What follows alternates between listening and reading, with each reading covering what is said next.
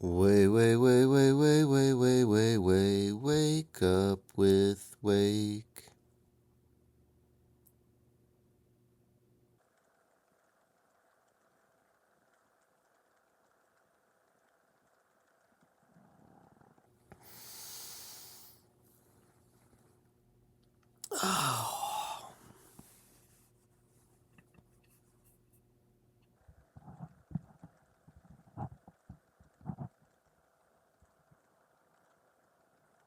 I lived in the Garden of Allah by R.V.C. Bodley, descendant of Sir Thomas Bodley, founder of the Bodleian Library, Oxford, author of Wind in the Sahara, The Messenger, and 14 other volumes. In 1918, I turned my back on the world I had known and went to northwest Africa and lived with the Arabs in the Sahara, the Garden of Allah. I lived there 7 years. I learned to speak the language of the nomads. I wore their clothes, I ate their food, and adopted their mode of life, which has changed very little during the last 20 centuries. I became an owner of sheep and slept on the ground in the Arabs' tents. I also made a detailed study of their religion. In fact, I later wrote a book about Muhammad entitled The Messenger. Those 7 years which I spent with these wandering shepherds were the most peaceful and contented years of my life. I had already had a rich and varied experience. I was born of English parents in Paris and lived in France for 9 years. Later, I was educated at Eton and at the Royal Military College at Sandhurst. Then I spent 6 years as a British Army officer in India, where I played polo and hunted and explored in the Himalayas, as well as doing some soldiering. I fought through the First World War, and at its close, I was sent to the Paris Peace Conference as an assistant military attaché. I was shocked and disappointed at what I saw there. During the 4 years of slaughter on the Western Front, I had believed we were fighting to save civilization. But at the Paris Peace Conference, I saw selfish politicians laying the groundwork for the Second World War, each country grabbing all it could for itself, creating national antagonisms, and reviving the intrigues of secret diplomacy. I was sick of war, sick of the army, sick of society. For the first time in my career, I spent sleepless nights worrying about what I should do with my life. Lloyd George urged me to go in for politics. I was considering taking his advice when a strange thing happened, a strange thing that shaped and determined my life for the next 7 years. It all came from a conversation with Ted Lawrence, Lawrence of Arabia, the most colorful and romantic figure produced by the First World War. He had lived in the desert with the Arabs, and he advised me to do the same thing. At first, it sounded fantastic. However, I was determined to leave the army, and I had to do something. Civilian employers did not want to hire men like me, ex-officers of the regular army, especially when the labor market was jammed with millions of unemployed. So I did as Lawrence suggested. I went to live with the Arabs. I'm glad I did so. They taught me how to conquer worry. Like all faithful Muslims, they are fatalists. They believe that every word which Muhammad wrote in the Quran is the divine revelation of Allah. So when the Quran says, God created you and all your actions, they accept it literally. That is why they take life so calmly and never hurry or get into unnecessary tempers when things go wrong. They know that what is ordained, and no one but God can alter anything. However, that doesn't mean that in the face of disaster, they sit down and do nothing. To illustrate, let me tell you of a fierce burning windstorm of the Scirocco which I experienced when I was living in the Sahara. It howled and screamed for 3 days and nights. It was so strong, so fierce, that it blew sand from the Sahara hundreds of miles across the Mediterranean and sprinkled it over the Rhone Valley in France. The wind was so hot, I felt as if the hair was being scorched off my head. My throat was parched, my eyes burned, my teeth were full of grit. I felt as if I were standing in front of a furnace at a glass factory. I was driven as near crazy as a man can be and retain his sanity, but the Arabs didn't complain. They shrugged their shoulders and said, Maktub, it is written. But immediately after the storm was over, they sprang into action. They slaughtered all the lambs because they knew they would die anyway, and by slaughtering them at once, they hoped to save the mother sheep. After the lambs were slaughtered, the flocks were driven southward to water. This was all done calmly, without worry or complaining or mourning over their losses. The tribal chief said, "It is not too bad. We might have lost everything, but praise God, we have 40% of our sheep left to make a new start." I remember another occasion when we were motoring across the desert and a tire blew out. The chauffeur had forgotten to mend the spare tire, so there we were with only 3 tires. I fussed and fumed and got excited and asked the Arabs what we were going to do. They reminded me that getting excited wouldn't help. It had only made one hotter. The blown-out tire, they said, was the will of Allah, and nothing could be done about it. So we started on, crawling along on the rim of a wheel. Presently, the car sputtered and stopped. We were out of gas. The chief merely remarked, "Maktub," and there again, instead of shouting at the driver because he had not taken on enough gas, everyone remained calm, and we walked to our destination, singing as we went. The 7 years I spent with the Arabs convinced me that the neurotics, the insane, the drunks of America and Europe are the product of the hurried and harassed lives we live in our so-called civilization. As long as I lived in the Sahara, I had no worries. I found there, in the garden of Allah, the serene contentment and physical well-being that so many of us are seeking with tenseness and despair. Many people scoff at fatalism. Maybe they're right, who knows? But all of us must be able to see how our fates are often determined for us. For example, if I had not spoken to Lawrence of Arabia at 3 minutes past noon on a hot August day in 1919, all the years that have elapsed since then would have been completely different. Looking back over my life, I can see how it has been shaped and molded time and again by events far beyond my control. The Arabs call it Mektub, Kismet, the will of Allah. Call it anything you wish. It does strange things to you. I only know that today, 17 years after leaving the Sahara, I still maintain that happy resignation to the inevitable, which I learned from the Arabs. That philosophy has done more to settle my nerves than 1,000 sedatives could have achieved. When the fierce burning winds blow over our lives, and we cannot prevent them, let us too accept the inevitable, and then get busy and pick up the pieces.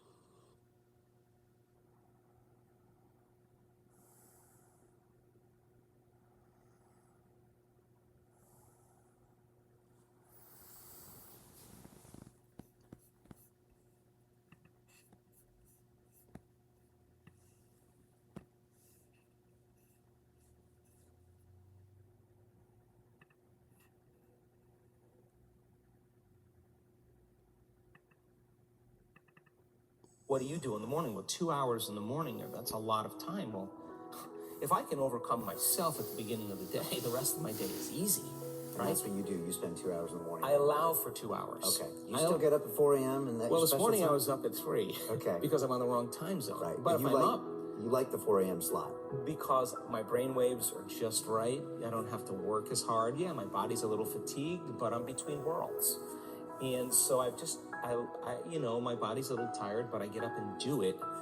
And to me, I allow for 2 hours. Sometimes I can nail it in 45 minutes or an hour, and sure, I'm done. Other times, I'm on the wrong time zone. I have meetings all day long. I got a lot going on, and I'm just not going to fall prey to that common state of thinking. And that looks like meditation, affirmations in your mind, visualization. It's the work that we do. It's the work that we do. And the first part in truly creating a new personal reality is overcoming your present personality. You got to get beyond the normal thinking patterns, the normal urges of action and habits, to get beyond certain emotions that are residuals from the day before. That's the work right there. That's the part you have to overcome. So some days you just kind of slip in and it's magic because you've been practiced, like having a great golf game or a great tennis game or a great run or a great session of knitting. You're in your groove. Other days you got to work a little bit more for it. And for me, what I've learned is those hard days, the days that are the most challenging, are always the most rewarding. Because now you're uncompromising to an outcome. And if it takes you an hour to get beyond yourself, to find the present moment, because that's the only place where the unknown exists, the familiar emotions and hardwired patterns of the past are the known. The predictable future, in trying to forecast the feeling of every event in our life that people do unconsciously, is also the known. There's only one place where the unknown exists, and that's the present moment. You call it the generous present moment. Yeah, and I've just done it enough times, and there are plenty of people in our work that have done it enough times to know when you're there and when you're not. Okay. And when you're not, it's very obvious because you've been there enough times. So you're separating your old story from yourself, and you're separating your focus on the future, and you're being present. It's just like hitting a tennis ball in a sweet spot. You lock into something, and that wholeness starts to happen, and now you're no longer creating from polarity or duality or opposites. People they create when they see they don't have something. Whether, hey, nice suit, I want one of those, right? And the moment I see that you have a nice suit and I start thinking, I want one of those, my brain naturally starts putting me in the equation. Next thing you know, I'm wearing your suit. Well, that's because we're wired to do that. So then we have this natural ability to create. The problem is after you imagine that, you open your eyes and you don't have it, people experience more lack. Well, we're not that good yet. So then the act of practicing enough times and beginning to create the state in which you're so connected to the energy of your future. Now think about this. You're so connected to the energy of your future, you're no longer looking for it or waiting for it. You feel like it's already happened. The moment you get upset in traffic, the moment you start judging a coworker, you just disconnected from the energy of your future, and now you're back to the energy of your past. Now, if you tell me it was that person that did it to you, I'd say to you, oh, you're back to the unconscious program of being a victim again. So then the person then goes, oh, when did I fall from, that state? When did I lose it? Oh, it happened at 3 o'clock today. The next time that happens, what can I do differently? Now the person's moving through their challenges in their life with coherence, with rhythm. They're starting to begin to make strides, and they're no longer knee-jerking to the people in their life that they've used emotionally to reaffirm their identity. Now, this is the work because you look around to see if anybody's doing it, and you don't see anybody else doing it. It's kind of this kind of lonely moment where you're realizing that I'm the only one doing this. That's that kind of moment that you realize that nobody understands you but you, right? And you can't even ask your friends for their opinion because they're going to give you their opinion based on their own experiences. And it's that kind of moment where you have to draw in all your resources and begin to make up your mind. And I've interviewed hundreds and hundreds of people that have healed themselves from all kinds of health conditions. And one of the most important elements that I see over and over again is when a person said, I just got to this point in my life where I made up.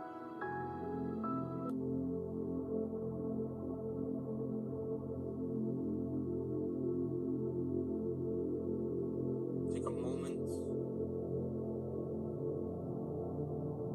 and find your center.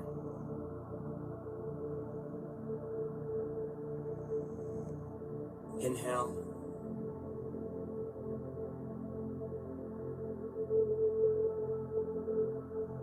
Become aware of your breath. And exhale. And relax.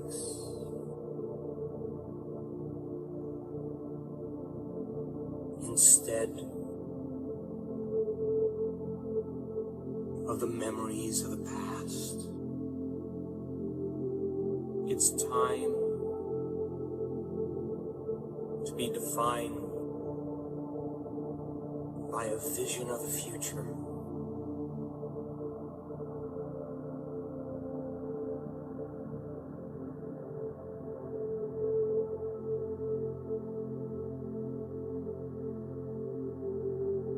And to move into a new state of being.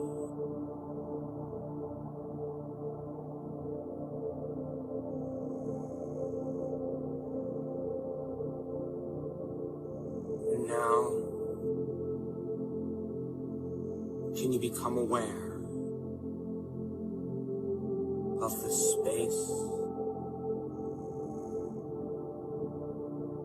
between your ears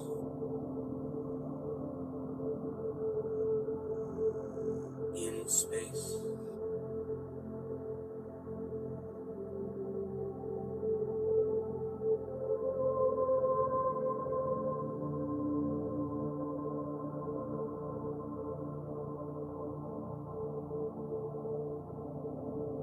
And now, can you sense the space beyond your ears?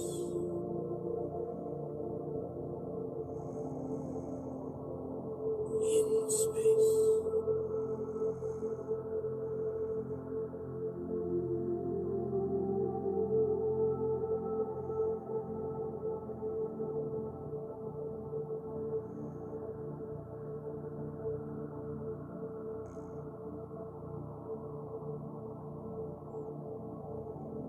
And can you move your attention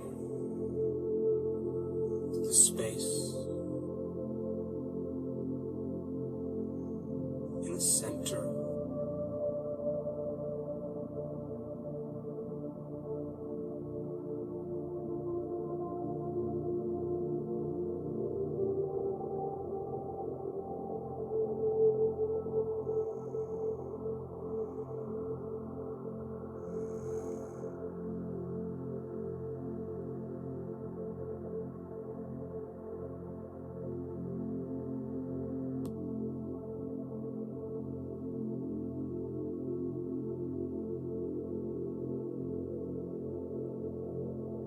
of the energy of space around your throat, beyond your neck,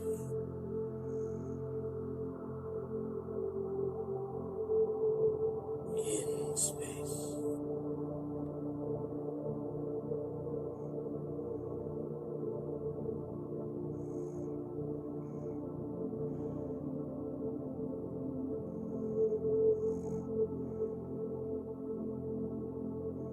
And now, can you rest your awareness in this space?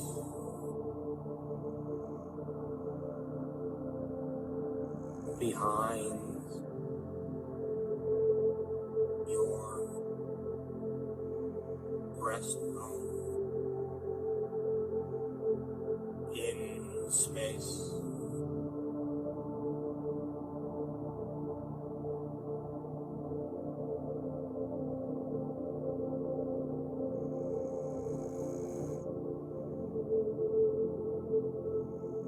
And can you feel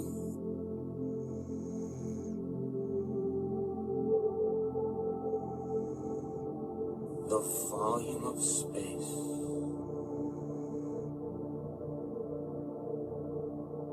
beyond your shoulders, in space?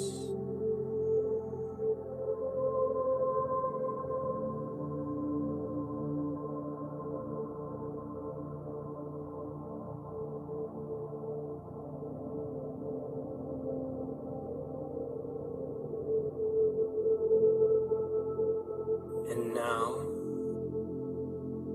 can you sense the space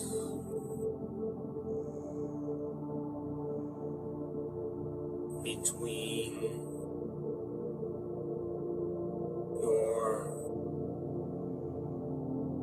shoulders and the room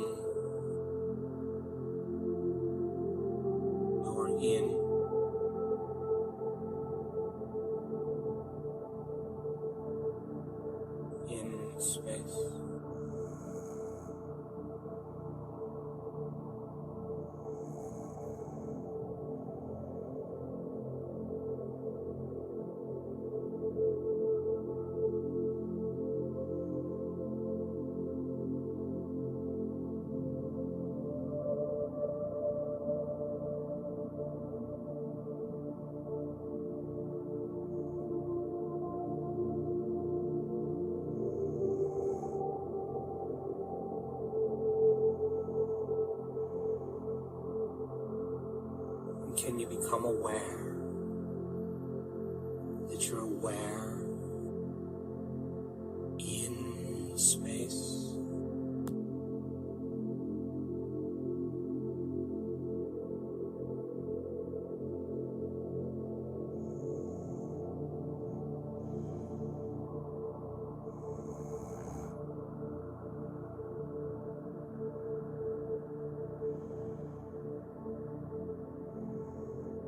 And now, what was that vision of the future that awaits you?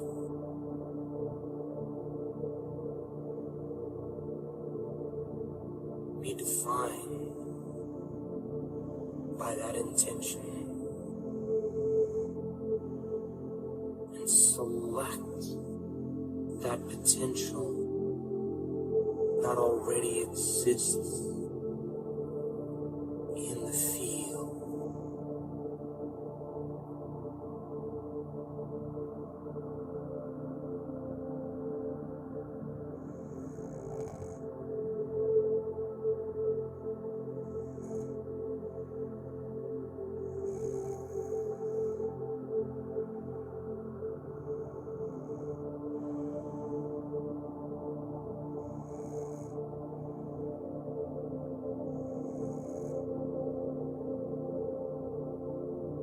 Being defined by a vision of the future instead of the memory of the past means that you're ahead of your time.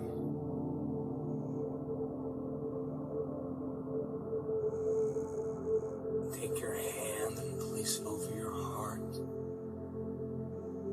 In a moment,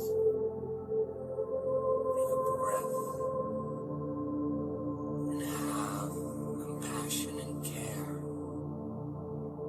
kindness towards your beautiful self, giving thanks for a new life.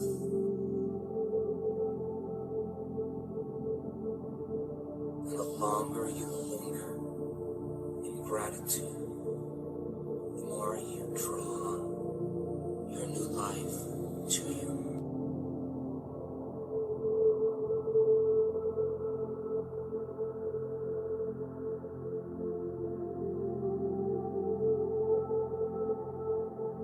And if in fact you emulated the divine today and made contact with it,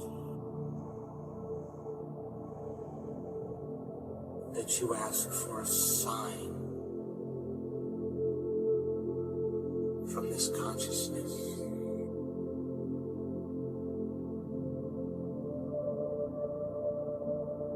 and that it bring it to you in a way that you least expect, that surprises you,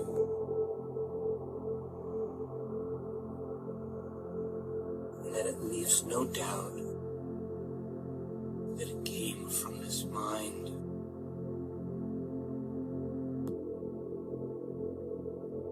And that you are inspired to do it again and again when it finds you in unexpected way.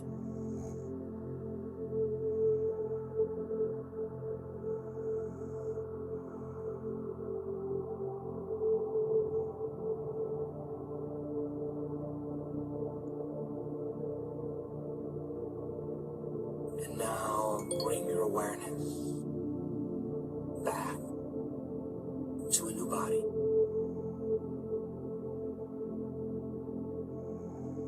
To a new environment,